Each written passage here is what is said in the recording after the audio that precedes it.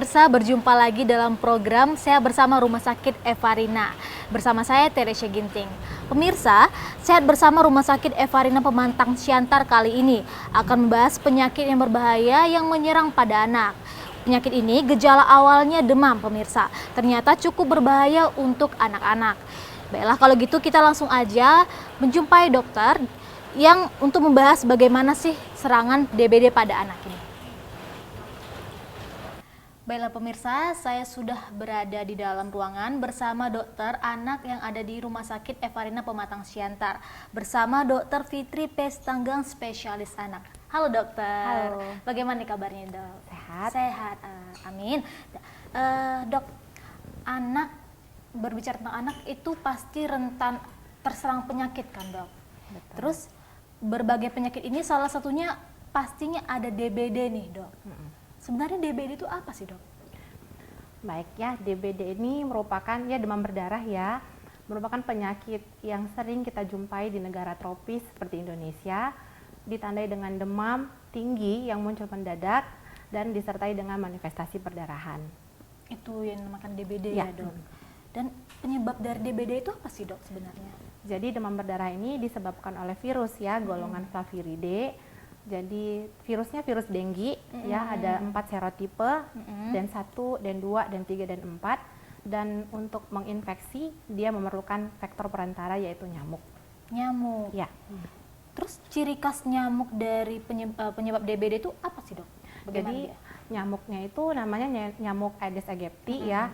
Nyamuknya ukurannya kecil, berwarna hitam, dan di sekujur tubuhnya itu berwarna putih-putih. Jadi ada bintik-bintik putihnya. Ada bintiknya. Ya. Nyamuk ini suka di tempat yang air di air ya, di air yang jernih. Makanya seringnya itu di tempat penampungan air atau di tempat air yang tergenang yang warnanya jernih kayak gitu. Nyamuk ini biasanya menggigit pada terang hari, biasanya 2 jam setelah matahari terbit atau menjelang sore. Memang pada malam hari bisa juga dia menghisap Ya kan darah, kadang menggigit. sering kan tidur ada nyamuk di sekeliling telinga kita. Iya. Itu juga termasuk. Sebenarnya kalau nyamuk Aedes aegypti ini tidak seperti itu. Dia lebih cenderung di siang hari. Cuman kalau pada malam hari mungkin juga dengan penerangan yang cukup. Kalau gelap dia enggak. Dia lebih cenderung siang hari menggigitnya. Oh jadi dia beda ya sama yang nyamuk-nyamuk yang kadang kan tidur kayak saya nih, matikan lampu nih. Terus nyamuk banyak berkeliaran di sekitar telinga. Itu berbeda berarti kan dok? Iya, dia lebih cenderung dia di pagi hari atau di menjelang sore menggigitnya seperti itu kalau nyamuk Pagi dan Aedes sore aegypti. Iya. berarti. Oke, dan ada beberapa jenis demam berdarah sih sebenarnya dok. Jadi sebenarnya kalau untuk klasifikasi ini sudah tidak konstan ya, dia udah berubah juga. Kalau dulu demam berdarah berdasarkan klasifikasi WHO 2009 dibedakan demam berdarah atau DBD derajat 1, ada DBD derajat 2, derajat 3, dan derajat 4. Tapi kalau untuk klasifikasi baru yang sekarang kita nggak pakai itu lagi. Jadi kita nilai berdasarkan gejala klinisnya, dibagi atas demam berdarah tanpa warning sign, demam berdarah dengan warning sign, dan demam berdarah yang berat atau severe dengue. Ada 3 dok. Ya. Yang sekarang Ya. ya. Terus perbedaan dari demam berdarah tersebut bagaimana dok? Untuk demam berdarah yang ringan yang tanpa warning sign itu ya seperti demam berdarah yang umum ya, dengan demam tinggi berlangsung 2-7 hari disertai dengan nyeri sendi, nyeri otot, dan pada pemeriksaan darah kita jumpai sel darah putih yang menurun tapi tidak ada tanda rembes plasma atau bocor plasma. Jadi itu dia kalau untuk yang tanpa warning sign. Kalau untuk demam berdarah dengan warning sign, gejala yang tadi namun disertai dengan tanda rembes plasma. Jadi kalau kita lakukan pemeriksaan darah itu akan dijumpai peningkatan hematokrit dan juga penurunan trombosit yang jelas. Nah itu dia untuk yang dengan warning sign atau tanda bahaya. Kalau yang ketiga severe dengue, itu dengue yang berat, jelas sekali tanda rembes plasmanya. Jadi anaknya bisa shock. Anak shock itu tangan dan kakinya dingin, penurunan jumlah urin, kemudian ada juga tanda akumulasi cairan, terutama dia di ulu hati, maka dia kadang nyeri sekali perutnya atau di selaput pembungkus paru juga bisa numpuk cairannya menyebabkan distres napas. Dan kalau kita lakukan pemeriksaan darah juga terjadi penurunan trombosit yang cukup tinggi, yang cukup rendah, trombositnya cukup rendah, dan peningkatan fungsi hati. Selain itu juga ada gangguan kesadaran. Itu untuk demam berdarah yang berat. Berat. Iya. Oke. Dan eh, seperti apa tanda dan gejala yang khas dari anak yang terserang DBD tersebut, Dok? Jadi kita bisa curigai anak mengalami demam berdarah apabila anak ini mengalami demam tinggi. Tinggi biasanya demamnya bisa mencapai 40 sampai 41 derajat, munculnya mendadak, dan biasanya dia kalau dikasih obat demam sulit turun. Kalaupun turun tidak pernah mencapai normal. Jadi dia demam misalnya sampai 40, kita kasih obat demam dia turun, tapi di 38 dia tetap demam. Itu pada fase demamnya. Memang demamnya ini akan turun nanti pada fase kritis. Jadi pada fase kritis ini tanda rembes plasma lebih jelas ya. Dia bisa turun tekanan darahnya, kemudian perdarahan semakin hebat. Jadi itu yang perlu kita perhatikan pada anak yang mungkin mengalami demam berdarah yang tadi itu. Jadi mulai dari demam dengan derajat 39 Tinggi, ke iya. 40 ya, Dok? Iya, tinggi dan sulit turun dia. Sulit turun. Kalau udah kritis, Kalau sudah fase kritis, masuk ke fase kritis, memang demamnya turun. Tapi tanda komplikasi yang lain mulai muncul seperti perdarahan karena trombosit di situ juga semakin paling perdarahan turun di situ. bagaimana tuh, Dok? Misalnya mimisan, kemudian perdarahan gusi atau mungkin perdarahan saluran cerna dari BAB-nya berwarna hitam. Itu bisa terjadi pada Itu fase yang kritis. Iya, pada fase kritis itu lebih berat gitu. Oke. Dan Dok, sepertinya ada nggak, misalnya kan ada penyemprotan gitu kan, Dok, untuk mengatasi nyamuk-nyamuk seperti itu, dianjurkan dari dunia kedokteran nggak, Dok? Iya, sebenarnya untuk memutus rantai vektornya ya untuk nyamuknya. Jadi dengan penyemprotan mungkin itu akan membasmi telur-telur nyamuknya dan jentik-jentiknya. Jadi kalau tidak ada vektornya, tentu virusnya tidak bisa ditransmisikan ke kita, ke manusia gitu. Oke, nah pemirsa, kita akan jeda iklan sebentar dulu. Kita akan melanjut lagi pembahasan di segmen selanjutnya. Jadi jangan kemana-mana pemirsa, tetap bersama Rumah Sakit Evarina.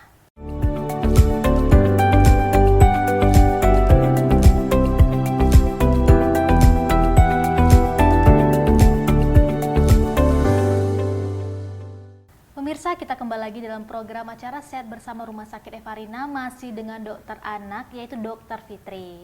Oke, lanjut lagi nih, Dok. Pertanyaannya, bahaya penyakit DBD pada anak, Dok? Ya, jadi memang demam berdarah ini kan manifestasinya bermacam-macam, ada yang ringan sampai yang berat ya. Jadi kita harus memang selalu waspada jika anak mengalami demam berdarah, karena kita tidak tahu kapan anak kita ini mengalami demam berdarah yang berat. Demam berdarah yang berat dapat menyebabkan kerusakan organ, bahkan kematian. Bahaya sekali berarti ya, Dok, DBD Jadi yang ini berat itu bisa menyebabkan sampai kematian. terancam nyawa kita, Iya. Dok. Terus apakah anak lebih beresiko untuk terkena demam berdarah, Dok? Ya, memang dari data di Indonesia, angka kesakitan anak yang mengalami demam berdarah itu memang lebih tinggi dibandingkan orang dewasa. Dan anak cenderung mengalami demam berdarah yang berat gitu dibanding orang dewasa. Jadi kalau orang dewasa mungkin kalau mengalami demam berdarah jarang yang mengalami demam berdarah sampai berat, tapi kalau pada anak itu lebih sering. Kenapa tuh, Dok? Karena memang sistem kekebalan anak juga ya tidak lebih baik dari orang dewasa. Masih rentan berarti Iya. ya, Dok. Dan adakah pertolongan pertama nih, Dok, yang untuk orang tua, yang pemirsa nih yang mendengarkan saat ini untuk mengatasi DBD tersebut, Dok? Jadi tadi kan kita sudah sebutkan ya kemungkinan anak yang mengalami demam berdarah itu seperti apa, tipe demamnya tadi kita sudah kasih tahu. Jadi kalau misalnya kita curiga demam berdarah, penanganan di rumah ya seperti demam pada umumnya. Demam sebenarnya kan menyebabkan dehidrasi ya. Jadi anak perlu diberikan cairan lebih banyak, kemudian diberikan nutrisi yang adekuat dan istirahat. Namun kalau sudah demam lebih dari 3 hari sebaiknya dilakukan pemeriksaan ke dokter. Ya. Pusat pelayanan terdekat lah Ya. ya, Dok. Terus ini mereka kapan anak terkena demam itu harus melakukan pemeriksaan, Dok? Seperti apa dia? Ya, jadi memang kalau kita lakukan pemeriksaan darah di hari pertama, umumnya hasil pemeriksaan darah itu belum terlihat apa-apa. Jadi trombosit pun mungkin seandainya demam berdarah ini belum turun. Memang dianjurkan untuk melakukan pemeriksaan darah pada hari ketiga demam. Ya, pada hari ketiga demam mungkin baru kelihatan. Jadi untuk penanda demam berdarah sendiri pun seperti imunoglobulin M, imunoglobulin G, anti demam berdarah itu baru terdeteksi di darah pada hari keempat. Jadi kalau kita lakukan pemeriksaan terlalu dini di hari pertama demam, itu bisa hasilnya negatif, tapi sebenarnya tidak menunjukkan anak tidak benar-benar sakit. Jadi terlalu cepat tidak bisa juga kita lakukan pemeriksaannya. Disarankan di hari ketiga. Di hari ketiga untuk pemeriksaannya. Iya, di hari ketiga demam. Terus apa saja yang harus diperhatikan, Dok, jika anak terkena demam berdarah dan itu dirawat di rumah, Dok? Ya, memang tidak semua demam berdarah mesti kita rawat di rumah sakit ya. Untuk demam berdarah yang pertama tadi, yang demam berdarah tanpa warning sign, itu kita bisa rawat di rumah. Jadi kita berikan dia cukup minum, terhidrasi cukup. Jadi cukup minum itu kita lihat juga dengan volume urinnya. Jadi kalau anak tidak dehidrasi, dia harusnya sudah pipis dalam 1 kali, paling tidak 4-6 jam dia sudah harus pipis 1 kali. Jadi artinya dia cukup cairan. Kemudian pemberian obat demam kita bisa rutinkan setiap 8 jam atau paling sering tiap 4 jam. Dalam hal ini kita berikan paracetamol, itu lebih aman untuk demam berdarah dibandingkan golongan lain seperti ibuprofen, itu tidak dianjurkan karena dapat menyebabkan perdarahan saluran cerna. Dan yang paling penting kita perhatikan adalah tanda bahayanya seperti mual muntah yang hebat, intake adekuat yang intake oral yang tidak adekuat, tidak mau minum maksudnya. Kemudian nyeri perut hebat, itu tanda bahaya. Jadi kalau ada itu tidak bisa lagi dirawat di rumah, harus kita bawa ke rumah sakit atau pusat kesehatan terdekat biar dinilai lagi begitu. Dan Dok, tadi dokter ada menyinggung anak itu ketika demam dia 39 sampai 40 derajat itu bisa kejang nggak gitu kan? Biasa kan kalau di range ukuran derajat segitu bisa terserang kejang-kejang pada anak. Ya bisa saja. Kalau kejang demam sebenarnya kan kita tidak terpengaruh ini karena demam berdarah kah atau karena infeksi paru gitu ya. Jadi kalau kejang demam itu bisa aja terjadi pada anak biasanya usia 6 bulan sampai 6 tahun yang mengalami demam tanpa memandang sebab demamnya ini apa kayak gitu. Jadi bisa saja. Jadi kejang demam umumnya terjadi pada waktu 48 jam sejak demamnya muncul. Jadi bisa aja terjadi kejang pada anak demam berdarah. Kejangnya bisa berpengaruh nggak sama perkembangan motorik anak gitu misalnya. Jadi dia ada kecatatan. Sebenarnya kalau untuk kejang demam yang dia sifatnya umum, tidak hanya sebelah badan, umum itu maksudnya kedua sisi badan kena ya. Kemudian tidak ada gangguan perkembangan, anaknya baik-baik aja, kejangnya juga tidak berulang lebih dari 4 kali dalam 1 tahun. Kemudian kejangnya tidak lama, tidak lebih dari 15 menit, umumnya tidak berbahaya. Jadi kalau anak itu cuman seperti itu aja kejangnya, nggak seperti yang saya sebutkan tadi, tidak ada perbedaan antara dianya perkembangannya dengan anak lain yang tidak mengalami kejang demam gitu. Dan penanganannya bagaimana, Dok, ketika anak itu sudah masuk fase yang kejang, Dok? Kalau sudah kejang ya, kita misalnya jumpa nih anak kejang. Kalau sudah kejang, sarankan ibu tetap berada di sisi anak. Kemudian kalau ada muntahan, anaknya dimiringkan ke kanan atau ke kiri supaya jangan muntahannya itu masuk ke dalam paru-paru menyebabkan sesak. Kemudian anak tidak boleh dimasukkan apapun ke dalam mulutnya selama kejang. Misalnya sendok atau kain, tangan, itu tidak boleh ya. Karena itu lebih meningkatkan resiko cederanya. Jadi bandingkan kita biarin aja gitu. Kejang demam itu biasanya nggak lama, umumnya kurang dari 5 menit. Jadi kalau sudah lebih dari 5 menit tidak berhenti kejangnya, baru kita bawa ke pusat kesehatan terdekat kayak gitu. Dan nggak boleh memberikan obat pada saat anak demam. Tidak boleh, nanti resiko tersedak seperti itu. Itu penanganan awal kejang. Kalau pakaiannya ketat, dilonggarkan. Tetap berada di sisi anak, karena biasanya kejang demam itu tidak lama.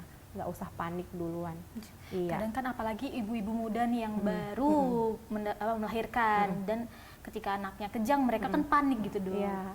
Ya itulah, seperti itu memang kalau untuk kejang demam penanganan di rumahnya seperti itu. Tapi kalau sudah lebih dari 5 menit nggak berhenti juga, mama papa bisa bawa ke pusat kesehatan terdekat untuk ditangani kejangnya gitu.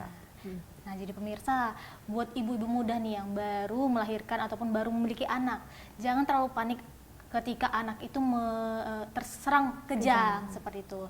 5 menit, setelah 5 menit baru dibawa ke pusat pelayanan kesehatan terdekat dari rumah Anda. Nah, pemirsa, kita jeda lagi nih pemirsa untuk masuk ke segmen berikutnya. Jadi jangan kemana-mana, tetap bersama kami di Sehat Bersama Rumah Sakit Evarina.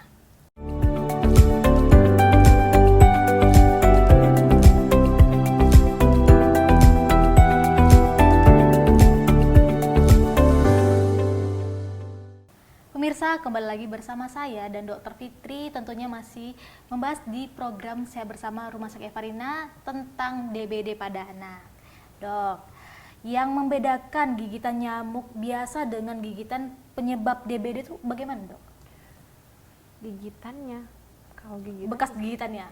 sebenarnya kalau bekas gigitannya ya sama aja, karena kan nyamuk habis menggigit dia menimbulkan reaksi radang, ya tentu sama bekas gigitannya. Cuman kalau sudah terjadi demam berdarah, baru mungkin kita jumpai ada bintik-bintik ya di bawah kulit. Itu yang bintiknya itu kalau pada penekanan, kalau kita renggangkan kulitnya, bintiknya menghilang. Itulah bintik demam berdarah. Tapi kalau bekas gigitannya ya sama dengan bekas gigitan nyamuk pada umumnya, ya bekas gigitannya. Ruam-ruamnya ya, Dok? Kalau sudah terjadi demam, ruamnya itu baru yang peteki namanya, jadi perdarahan di bawah kulit. Kalau kita tekan kulitnya, itu dia menghilang ruamnya, tidak timbul pada perabaan. Dan Dok, apakah anak yang sudah terkena DBD tersebut bisa terkena lagi? Jadi seperti kita sebutkan di awal ya, demam berdarah itu virusnya, virus dengue ini ada 4 serotipe, ada tipe 1, 2, 3, 4. Jadi sangat tidak mungkin pada saat sakit itu langsung 4-4-nya yang menginfeksi. Mestinya paling salah satunya. Jadi kalau kita terinfeksi lagi oleh virus yang berbeda serotipenya, kita bisa terkena lagi. Jadi memang bisa kena lebih dari 1 kali demam berdarah ini. Karena penyebabnya tadi ada 4 serotipe. Jadi kalau kita yang pertama terinfeksi serotipe dan 1, kemudian berikutnya setelah beberapa tahun mungkin kita terinfeksi dan 2, ya sakit lagi, timbul lagi gejalanya, begitu. Dan Dok, jika ibu sedang menyusui terkena DBD, apakah dia akan menularkan kepada anaknya, Dok? Sebenarnya kalau penularan secara langsung lewat ASI itu tidak ya, tapi memang disarankan kalau memang sedang menderita demam berdarah ibunya dan dia harus menyusui, sebaiknya menyusuinya di tempat yang pakai kelambu lah, supaya jangan nyamuknya gigit ibu, gigit bayinya bisa kena DBD-nya. Iya. Terus cara pengobatan DBD pada anak bagaimana, Dok? Itu tergantung klinis yang tadi ya. Kalau misalnya demam berdarah tanpa warning sign atau tanpa tanda bahaya, itu bisa dirawat di rumah sebenarnya. Karena pada yang tipe ini kan tidak ada tanda kebocoran plasma, dia paling cuma demam, ya kemudian dengan nyeri sendi. Nah, jadi itu bisa kita rawat di rumah dengan pemberian minum yang cukup, terhidrasi cukup, pemberian obat-obatan, dan juga pemantauan urin setiap 4-6 jam, dan pemantauan tanda bahaya. Tapi kalau dirawat di rumah, memang disarankan untuk pergi ke pusat kesehatan setiap hari untuk pemeriksaan darah ulang. Tapi kalau untuk yang kedua, yang demam berdarah dengan warning sign atau dengan tanda bahaya, itu kita rawat di rumah sakit ya, dengan pemberian cairan intravena, pemberian obat-obatan simptomatik seperti obat demam, kalau ada nyeri perut atau muntah mungkin kita berikan obat muntah juga, dan pemeriksaan darah lengkap secara berkala, bisa tiap 12 jam atau jika diperlukan lebih cepat lagi tiap 6 jam kayak gitu, untuk melihat tanda kebocoran plasma tadi, hematokrit, dan juga penurunan jumlah trombositnya. Jadi kita nilai dari situ.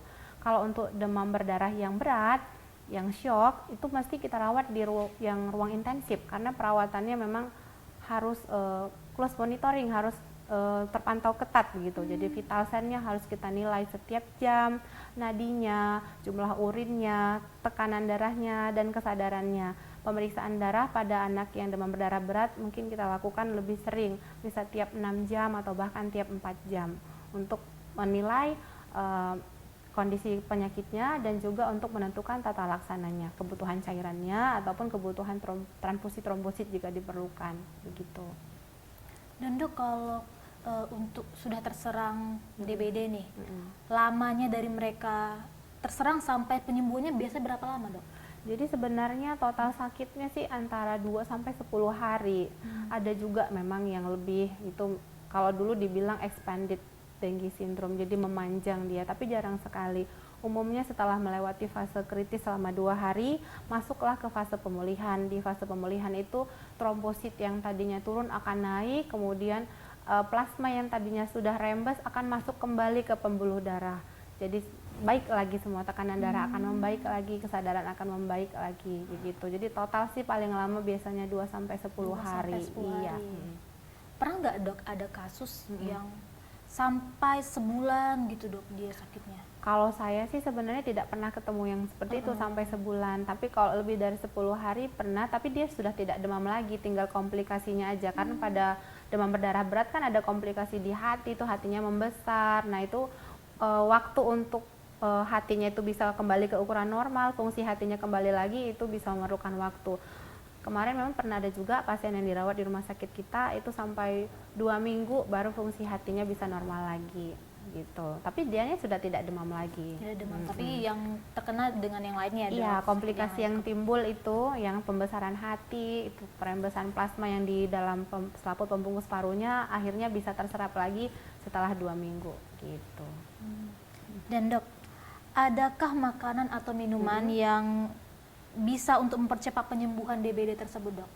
Jadi sebenarnya kalau untuk demam berdarah, makanan dan minuman yang pasti bisa secara khusus bisa meningkatkan atau mempercepat penyembuhan DBD itu tidak ada.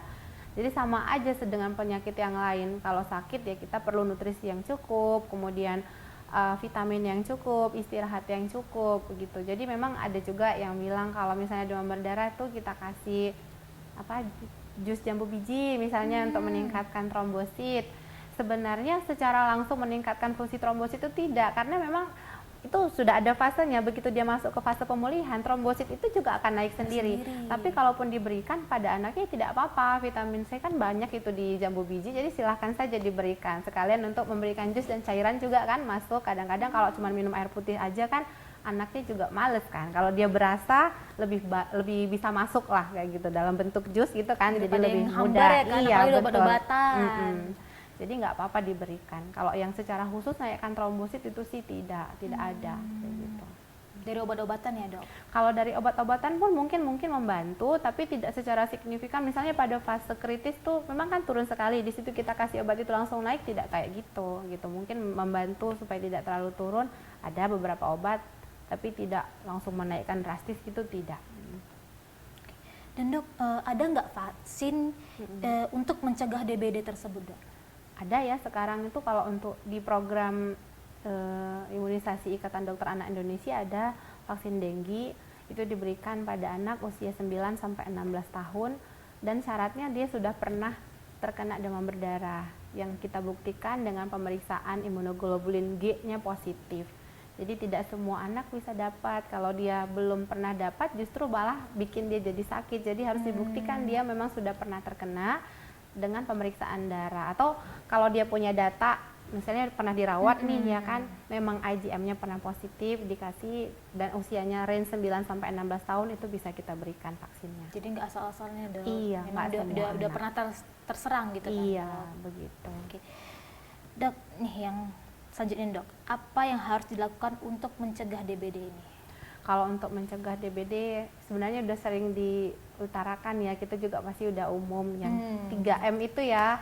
Jadi kita sebenarnya intinya adalah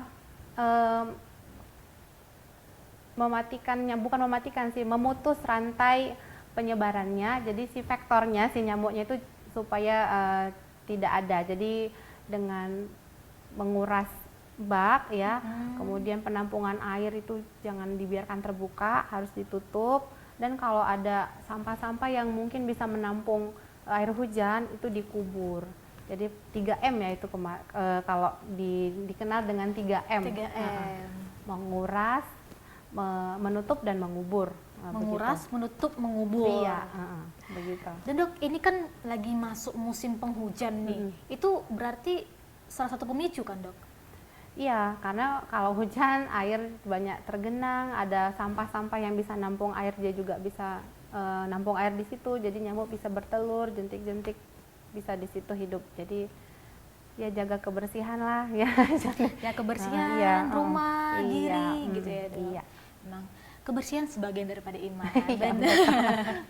Oke, nah itu dia pemirsa bincang-bincang seru kita hari ini membahas tentang DBD pada anak bersama Dr. Fitri. Jadi pemirsa, kita harus menerapkan 3M, menguras, menutup, dan mengubur.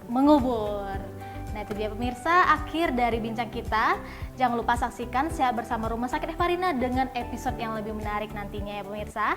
Saya Teresa Ginting, pamit undur diri, terima kasih dan sampai jumpa. Terima kasih dok.